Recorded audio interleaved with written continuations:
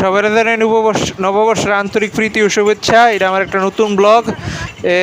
দেখতেই পারতেছো আমি আর আমার মা গেছি উজ্জয়ন্ত মার্কেটে। কি ভিড়, অনেক ভিড় এই গরমের ভিতরে, পুরা ঘাইমা গেছি গা আমি আর আমার মা কইতাছিল ভিড়ের ভিতরে মোবাইল বাইর করে করতেছিস ভিডিও, যদি চুরি করে লইয়া থাকা তখন গীতা করবি।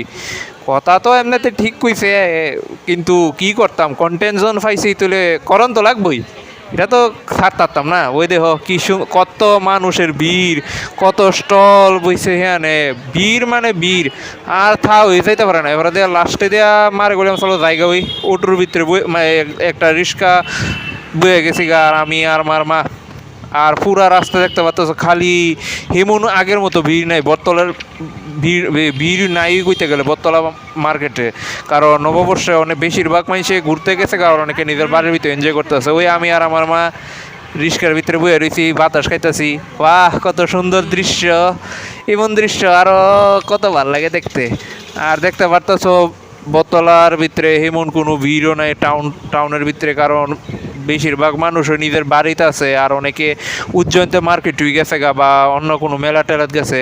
আর আমি এদিকে এনজয় করতেছি। আহা হা হা, কত ভাল লাগতেছে। আর ওই যে মাও দেখতেছে দৃশ্য।